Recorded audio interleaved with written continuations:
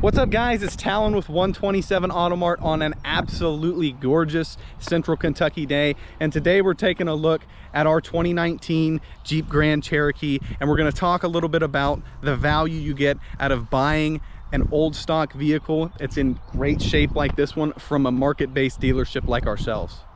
Sounds good.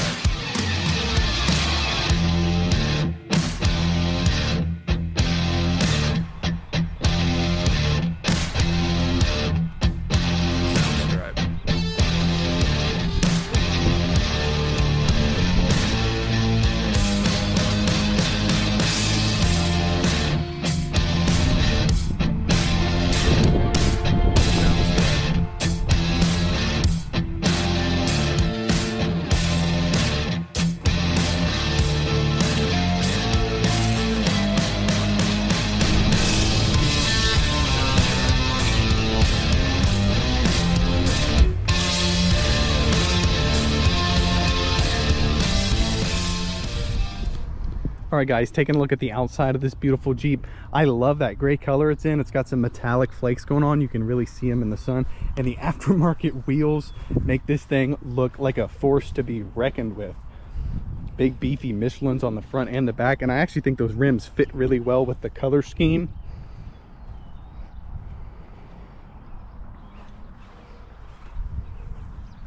Just a beautiful Jeep. This is a four-wheel drive model. It's the limited. You get the leather seats and all that good stuff, all the fancy bells and whistles, and it's got a 3.7 liter V6 that actually will surprise you.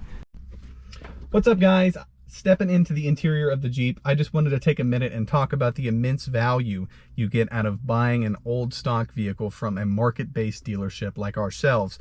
So this Jeep is a 2019 Grand Cherokee Limited. It's got 48,000 miles on it. New, this Jeep would cost you $46,435. That's sticker. So the trade-off is, yes, this Jeep is 4 years old. It has 48,000 miles on it. But you're getting on at the right end of that depreciation curve. So you let somebody take the brunt of that for you. Now, you could say, well, you know, I'm just buying myself a new one. It's going to have more features. That'll be worth the money. But here we have the sticker for a 2023 Jeep Grand Cherokee, just like this one, but a 23. And as far as features go, you got your heated front seats, your heated rear seats. You got them in the 19. You got the rear 60/40 folding seat. We got that. 6 premium speakers. That's also in this Jeep. 8-way power adjustable driver seat. That's in here as well. The seat memory's in here. AC dual zone climate, that's also in here. Your USB ports that you get on the 23 are in here. The full functional media hub is also in here. You get the same big alloy wheels, the same motor. Almost all of it is the same as far as features go. So for the extra $20,000, one of these, a 23, retails for about 50 grand. You really have to weigh off, if is 50,000 miles in 4 years worth 20 grand to you? To me, it's not. So buying one where your features are almost the exact same. The previous owner has taken awesome care of it. It was actually a local trade-in. We've got a Carfax on it, and from the B-roll and things in this video, you will see just how awesome they kept this Jeep. All right, guys, now that my spiel's over, we're gonna check out some of the features inside of this Jeep. First thing you notice when you get in and turn it on is this nice screen you get here. You've got a bunch of settings in here. There's a place to set up custom if you want to. Check your messages, check your radio station, your stop start, obviously your trip timer with your gas mileage. There's a gas mileage meter, your tire pressure monitor, and your speedo. Down here you've got some controls for the light and the dome light. And there's a nice little button to open your gas tank. Controls on your door panel are pretty standard. You got your windows, your locks, your window locks, and your mirror adjustments. Coming into the screen is where most of the magic happens. There are tons of settings in here. There's some custom apps you can download. Here are your seat controls, and also your heated steering wheel, settings for those, and your backup camera. Any kind of media you want to put in here, we got USB ports, 2 of them, an aux cord, and obviously you can connect your phone with Bluetooth. And then just good old good old regular radio. Nice speaker system in this Jeep. Up here is going to be your outside temperature, your time, and on either side is going to be your climate settings. You can bind those together too if you don't feel like fiddling with both switches. Coming on down to your knobs and buttons, you can turn that screen off if you don't want it on for nighttime driving. A nice quick and easy mute button. I actually like that, so you don't power off your whole radio, but you can just mute it if you're trying to have a conversation or something like that. Some of your climate controls right here for easy access, both your dual temperatures. This is your fan. You can set it to auto if you like, or keep it with that manual adjustment. Here is your parking sensor controls, your auto stop and start, your eco mode, and your sport mode. It actually also has a traction control button. I thought that was pretty cool. Moving some of my crap out of the cup holders to showcase that.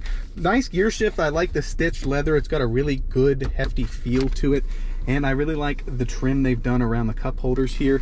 In this cubby, you get a nice car charging port. Those are your 2 USBs I was talking about earlier, and your aux port there. Nice Jeep logo in the bottom of the cup holders, and those are removable. If you happen to spill a drink, you don't want that to get sticky down in there. And your 4-wheel drive adjustment. So it has auto hill descent, you have a low range for your 4-wheel drive, and then you have different settings that will control where it sends power to what wheels. You've got rock, mud, sand, and snow. And I like to just leave it in auto unless you're particularly, you know, on one of those surfaces. Again, moving some of my stuff out of the center console here so I can show you that. You get a nice place there for little things you want to keep together, and then a bigger storage compartment. It's kind of hard to show with the camera, but there's also a 12-volt plug down there. Both of these front seats are heated and cooled, and they're very comfortable. I like these big bolsters, and the leather is in great shape. I know it doesn't have many miles, but from being rode in there, you can barely tell that these seats have been set in. They still feel like they're brand new. Over here you got your Jeep manual in your glove box. Nice little light in case you need to see in there at night. And it's kind of hard to tell on camera. I'm not sure how well you can see, but this is some nice kind of faux wood trim that's inlaid, and it wraps around into both the passenger door and the driver door. I like that. It really goes with the aesthetic of that dark charcoal gray that this car is in. Up here with your lights, you've got your giant moon roof controls, and I'm actually starting to sweat without the AC on in here and the sun coming through there. You get both of your lights here. That is your auto hatch, your 3 garage door switches. This controls the cover for your sunroof, and this controls the actual sunroof itself. I love those giant moon roofs. I think they really open the car up. One of my favorite things about this Jeep. Getting into the back, we got heaps and heaps of legroom back here. I'm not a huge guy, but even someone, you know, 6'2", 6'3" would be quite comfortable. Down in the middle there, you've got your climate control, your vents, keep you cool back here in the summer and warm in the winter. 2 USB ports, both the controls for your rear heated seats, and a 115-volt outlet. I love having that in a car because sometimes you just don't have a car charger plug on your device. Get some cup holders and a nice armrest for your backseat passengers here. Other than that, it's pretty standard back here, but these rear seats are also very comfortable. They still give you some bolsters here, so it kind of keeps you in your seat, keeps you from sliding around, and I like that a lot. And of course, you're not shut out from that beautiful sunroof view, even in the rear when you have one of these moonroofs. And as far as storage goes, there's a surplus of it. Get a plug back here, and you could fit, oh my goodness, probably 5 or 6 good-sized suitcases in here with your full-size spare tire and toolkit to boot. Got some cubbies down here for any small things you want to keep together, just like up front, and some hangers. Nice button there to close your hatch if you got full hands, and some cargo tie downs if you have a net or anything like that you'd like to use. Carpet is in great shape. It's very soft. Our detailer, he's great, but you can't clean up damage, and this has definitely not been damaged. It's in great shape, very soft. And to close it, you can just touch your button there, and that comes right down. Nice to have that hands-free when you need it. Let's go ahead and jump into this Jeep, take it down the road, and see how it drives.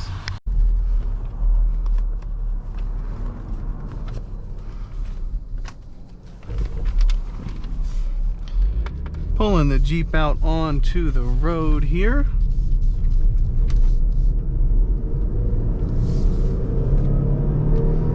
That V6 definitely gives you plenty of oomph, even in a bigger, heavier SUV like this. I know you got the SRT8 and the Hellcat Jeeps and stuff like that, and I am just as big of a fan as stuffing an earth-shattering V8 into anything you can as the next guy, but if I was gonna have one, it would definitely be this one. Got plenty of power, and you're not gonna burn gas at a rate never seen before.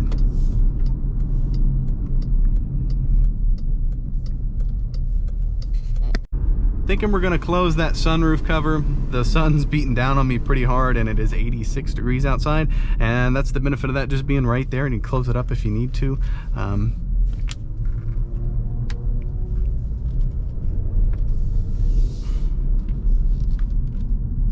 Going around the roundabout, feels nice and planted.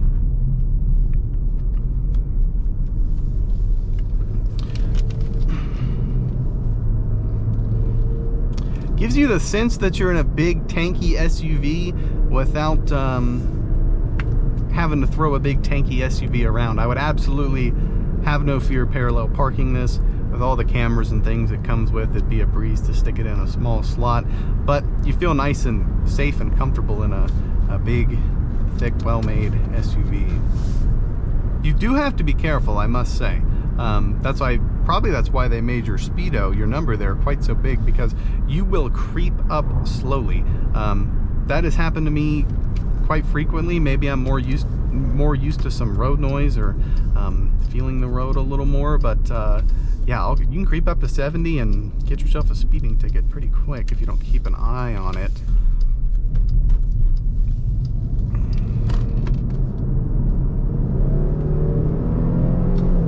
Again, not a slouch by any means.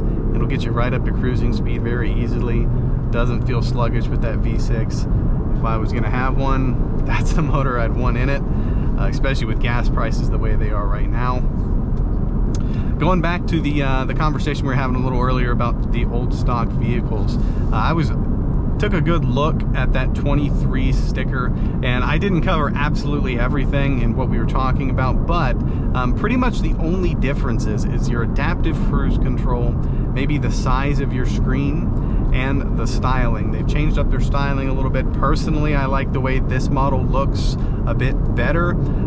Your adaptive cruise control, I've never been a big fan of it. Some people absolutely love it, so that may be a deciding factor for you, but $20,000 is $20,000. This has the same hill descent, all the same technical features. This is definitely the way I would go with my money, but that's something you'd have to decide for yourself.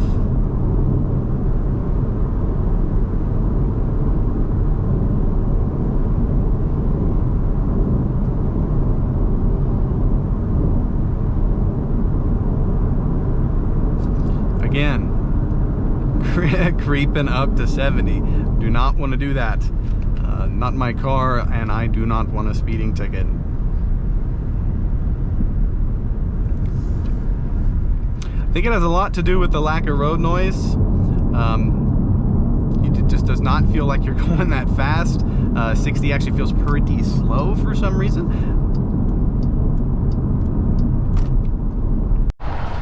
Back at the lot, getting one last look at the beautiful exterior of this Jeep.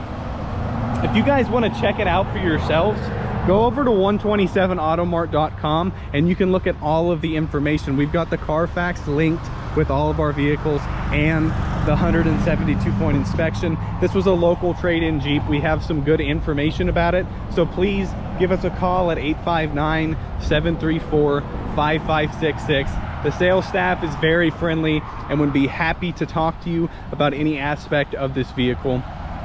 Thank you guys so much for watching. I really hope you like watching these as much as I like making them. And until the next video, I'll see you and have a blessed day.